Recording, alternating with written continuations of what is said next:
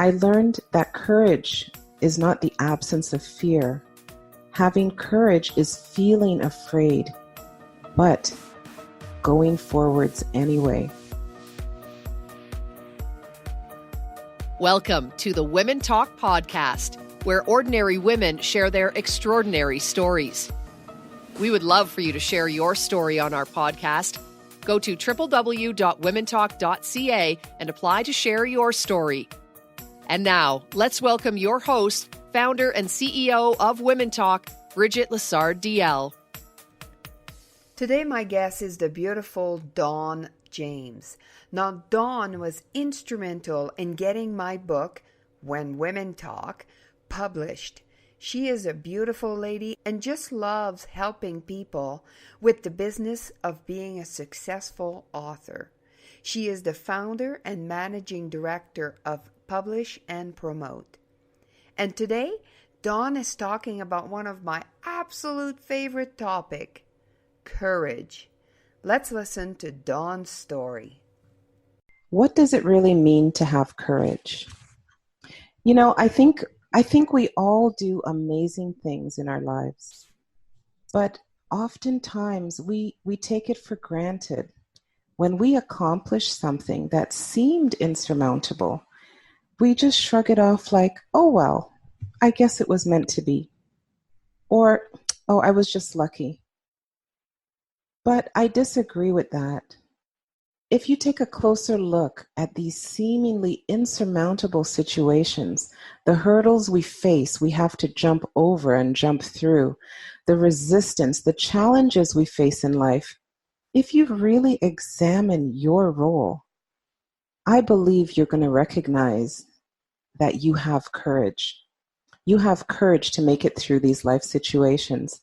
I want to give you a couple examples of courage and some personal stories because I think at the end you will agree that you are a very brave soul. When I talk about courage, it's not about just physical strength or endurance or mental stamina. One of the areas of courage that I've experienced and I see all the time is when you're afraid and yet you choose to act anyway. I learned that courage is not the absence of fear. Having courage is feeling afraid, but going forwards anyway.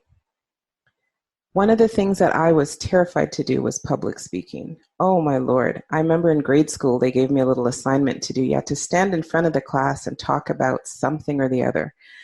And, you know, I couldn't sleep for days. Well, as I got older, I realized in my own career, it was a requirement that I had to stand up in front of people and speak as part of my role.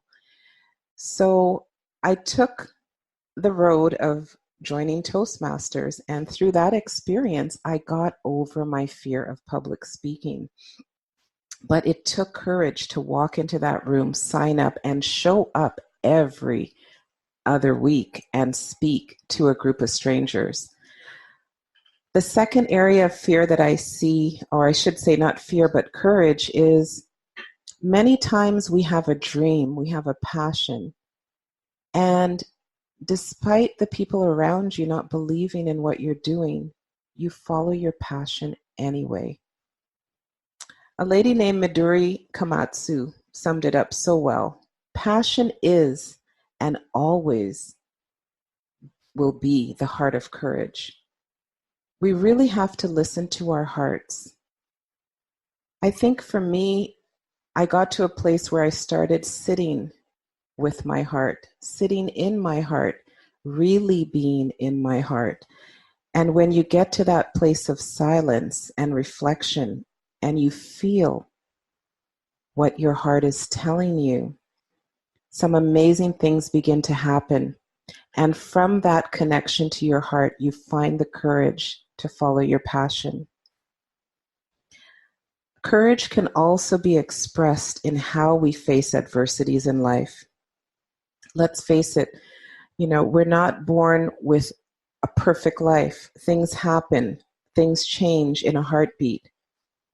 Courage does not have to mean you're roaring as loud as a lion. Sometimes courage comes in the form of a whisper, A little voice that's telling you, I am not giving up. I can do this. How many times have you faced adversity in your life and you persevered anyway? You were being brave and courageous. For some of us, standing up to injustice, standing up for what is right, takes courage. Even though you may have butterflies in your stomach, you have to push that down deep and find your voice. You need to stand up, speak up, and show up for what you know is right for you. I think another really, really strong example of courage that I can relate to is when you let go of everything that you've known and you venture into new territory. I'm speaking from personal experience. My first courageous move was leaving home, leaving a province that I lived in for 50 years and starting all over again in a brand new province. That was a huge move for me, letting go of everybody, everything that I've known my entire life, starting fresh. And then a few years later, the second biggest move of courage was leaving a country that I had known my entire life and starting over again in a brand new country from ground zero, literally. Friends, family, all thousands of miles away. That takes courage. But Lord Chesterfield said, man cannot discover new oceans unless he has the courage to lose sight of the shore. So we have to leave our comfort zone every now and again. And you know what? Life is full of surprises. Sometimes you'll find yourself growing in ways you could not even imagine. I would implore you and encourage you to get out of your comfort zone every now and again and feel that passion in your heart and feel that courage rising up within you to do something new, stand up for what's right, speak up, jump over that hurdle, follow your heart, feel your fear and go through it anyways. That is what life and living to me is all about. Finding the courage to just move forward, regardless of what comes to us. And on that note, I thought it would be so fitting to end with a quote from Nelson Mandela. I learned that courage was not the absence of fear, but the triumph over it. The brave man is not he who does not feel afraid, but he who conquers that fear. A quick thank you to two of our sponsors that make this podcast possible. First, Seeger Consulting, removing the technology headache from your business. For more information on Seeger Consulting, go to seegerconsulting.com. And a big thank you to sportsbras.ca, where you get less bounds for your buck. For the perfect sports bra, go to sportsbras.ca. And now, back to the story. I so agree with you. Courage is what makes your life juicy. It does. Right? Because it really is a difference between the people that have an amazing life and those that don't. Yeah. And you know what brings this home for me? I love watching, is it called Goldcast? These stories of famous people, how they started out? Yep. I am blown away. I am so inspired. I am so moved to hear the humble, the hard, treacherous, crazy beginnings of people who became famous. We don't see all those steps, but it's amazing what they came through. And they had courage, they had resilience, they had perseverance. I know, it is really the difference between achieving and not achieving, because, we all go through adversity and we all get scared. It's just what you decide to do with it. Exactly. What's the scariest thing you've ever done? The scariest thing I ever did was actually the first time I did a piano recital. I was 9 years old and I didn't know what to expect because I'd never done it before. And I was a very shy little girl and I had to enter a university auditorium, where you have the steps going down, down, down, down to the stage. Yeah. And at 9 years old, with 200 people in the room, I just wanted to disappear. I wanted the earth to open and swallow me up. And somehow my little legs had to walk about 30 steps to get to the stage, to get to the piano, to sit down. And that was the longest walk I ever did in my life. But Bridget, once I sat down on the bench, I closed my eyes, I took a deep breath, and I just played like I was playing at home. And I felt very comfortable, but the walk was really terrifying. And so what made you go down those stairs? Was it that you were afraid of something more than going to, like, what actually pushed you through? Well, I think part of it was I didn't want a lot of eyes on me. So I figure if I didn't move, more people would be looking at me. Because they called her name. Why isn't she moving? And so in my mind, I thought, if you don't move your feet, there's going to be a lot of people looking your way. So just move your little feet, please. and keep going. Keep going. Yeah. So you moved a couple times now late in the last few years and started over, and now you've actually moved to a new country. What was the scariest part of doing that? Oh, well, I'll tell you, I mean, both moves were very, very emotional. I think the fear was the distance and would I maintain the quality of the relationships that I had formed having moved so far away. I think that was a big part of my concern is how do you maintain those relationships when I can't just pick up a phone and say, hey, I'll meet you at Tim's for coffee. Let's go get together, right? It's not as easy to maintain relationships over long distances. I didn't think so. I didn't really think so. And there were a lot of goodbyes. So there was just a lot of sadness around that. And having said all that, there was excitement too. There was excitement coming to a new climate, excitement coming into a new culture. There were things I looked forward to, but I think for me, the biggest concern was losing touch with very, very dear friends. That was a big concern for me. And how did I overcome that? Well, I've started doing something called virtual tea and talk. And with my friends, we'll just pick a time and I'll go, hey, you bring your cup of tea, I'll bring my cup of tea, and I'll see you on Zoom or WhatsApp or Skype. And we sit and talk like we're talking in the living room together. It takes planning, but I love doing that, So are you comfortable now with being scared? I think I'd say I'm comfortable with the concern is no longer a concern. And because I've made those steps to keep those connections, it's not as daunting as I thought. Until you've done something, your mind goes, whoa, right? Your imagination runs wild. Oh God, right? we can build like the worst scenario that could ever, like it's not even possible, but it's like as clear as day that it's going to happen in our heads. Exactly. One of my biggest concerns was, my grandson won't even remember my name. So we've got a grandson. He just turned 4, and I thought he won't even remember my name. And he talks more than I do on the phone. I call him, and he's talking longer than I am talking on the phone. So we've made it work.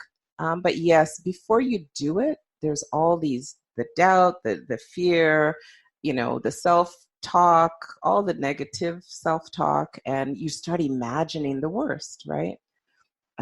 But to my surprise, it hasn't been that daunting. It's actually been a period of growth.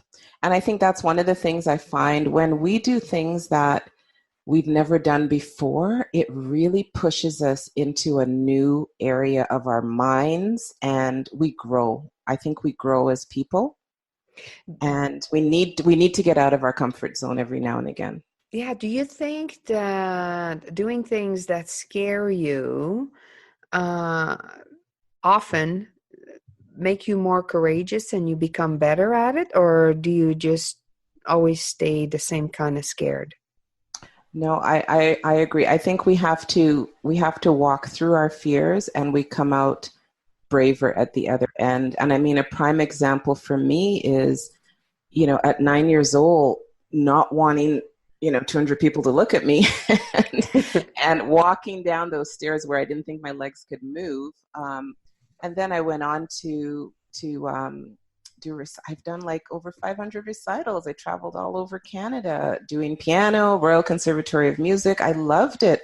But that first recital, oh my gosh, it was a killer. But then I started enjoying it. I was looking forward to it after that. So I think my message would be, not only face your fears, but know that you're going to come out of it a-okay at the end of the day, whether it's public speaking or swimming or, doing something you thought you couldn't do. I know people in their 50s and 60s picking up a paintbrush, and at 10, 12, 15 years old, they thought they couldn't paint or draw. So don't give up on yourself. I guess that's my message. Don't give up.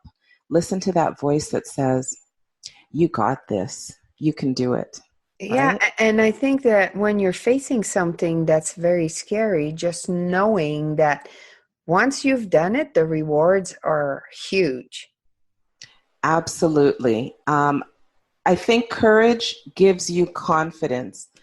I don't think you have confidence. I think you have to face fears, cultivate the courage that fuels the confidence. And at the end of the day, as we become more confident, new things aren't as scary to us and we get even more confident, like jumping out of a plane.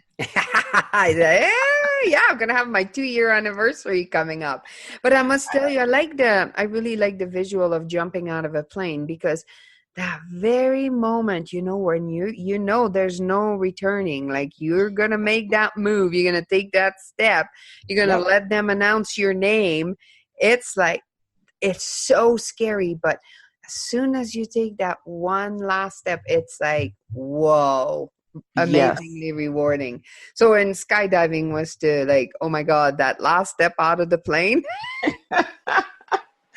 Oh, I I can't thought, imagine. That's on my bucket list, Bridget. That's on my bucket list still. I really do think that people should try it, because it is so scary. And when you do something that scary, it empowers every other part of your life. It does. It When you do something that is so hard for you, then everything else becomes easier. it is true. And you know what you realize too? You realize that what you were afraid of, you thought was 500 pounds ended up being about 2 ounces, Um, the first time I went ziplining, I was in my 40s. And even though the fella said to me, there's a double harness, this can hold X number of pounds, don't worry. The only thing I kept thinking of, I'm going to hit the ground. I'm going to hit the ground. I am going to hit the ground. And it took me about 5 minutes to even move off the platform. But once you got over the false belief you were going to fall, every other jump became so much easier. And so, yeah, we And really more have. enjoyable too. Oh, yeah. I mean, I look forward to zipping today, but, 10 years ago, good luck. Yeah, yeah. And I think it's like that in every area of your life. Like the more comfortable you become with fear, the more you enjoy life. Exactly. And as I said, I think the more confidence you get from being courageous, it allows you to pursue things that you probably would not have pursued if you stayed afraid, you know? And how about your career? What was the most the scariest thing or the most courageous thing you've done in your career? um, the most courageous thing I did was asking for a really big raise. It was ridiculously big. And did you get And it? it was ridiculously big. It was 5 digits. And I basically went into a company. I, did a few things that he helped him make money. And I waited patiently. And about a year in, I said, I need to talk to you. And I remember sitting down with my boss. And long story short, I had this piece of paper. Now, Bridget, truth be told, the paper was blank. Okay, there's a spoiler alert. But I sat in a boardroom with my boss, and I'd been there a year, and I'd done quite a bit to help him actually make money. He made some good money that year. And so I sat down, I said to him, well, I think you're very pleased with my performance so far, and I believe I should be paid what I'm worth. That was my request. I didn't give him a figure. I didn't do anything. And I had this sheet of paper face So down. stop for a second. So when you said those words, what was going on with your body? Well, my chest was a little tight because I didn't know how he'd react. He's the kind of guy you don't know if he's going to be surprised or he's going to get upset or he's going to start swearing. Like I didn't know. He was a little unpredictable. So I just said, I'd like to be paid what I'm worth. And I kind of just held my breath thinking, what is he going to do? Right. So he looked down at the table and he was curious. What did I have written on the paper? So apparently he thought I was going to quit. He thought I was going to resign. And I'm glad he thought that, because if he had thought something else, he probably would have told me, go jump in the lake. But he said, you want to be paid what? I said, yes, I'd like to be paid what I'm worth. And I said, in all honesty, the person who was here before me made 20,000 more than you're paying me. And I'd like to be paid what you believe I'm worth. And he says, wow, you got some balls. And I sat there and I just smiled. And I think he thought I was going to resign. So he gave me a $20,000 raise. Wow. And didn't it just feel like $1 million after? Well, we know 20,000, but the feeling of having conquered your fear and facing your boss like that. Well, yeah, because I didn't have a plan B. I'd be kicked out, unemployed with 3 young children. Yeah, this is back in the 80s. So, wow. But what did you do to celebrate? Oh my gosh. I think my husband and I took the kids out. We had dinner at Swiss Chalet. But here's the thing. I didn't know what to expect from him. And I thought, whether he says yes or no, if he says no, I am going to look for another job, because I had actually made him money that year and he had lost money for several years. So I thought, you must see some value in having a profit. And to my surprise, he met my offer. And I was unbelievably ecstatic, because I thought it's only fair. I should be paid what you paid the last guy who did the same work. And I love how you put it. Like, how did you word it? I want to be paid what I'm worth. What I'm worth. Those are that's a really cool way to approach your boss. Anybody looking for a raise, that's a great way to word it. So tell me a little bit about you right now. Where do you live and what do you do? So I'm a boomer. So my husband and I decided to try warmer climates. We we picked the right winter to get out of Canada. I can tell you that. No kidding. Yeah, I had the 411 on that. So we are in Costa Rica a good part of the year, and then we go back and forth quite a bit. Costa Rica is a very friendly, very warm, very they have so much respect for nature down here. That was one of the big pulls for us, is just natural living, So right now I'm a bit of a free agent, I guess. I have a publishing company. I work with other authors who want to get self-published. I do a fair bit of training and education around self-publishing. That's a big part of what I do. And the other part of what I do is I'm involved with wellness.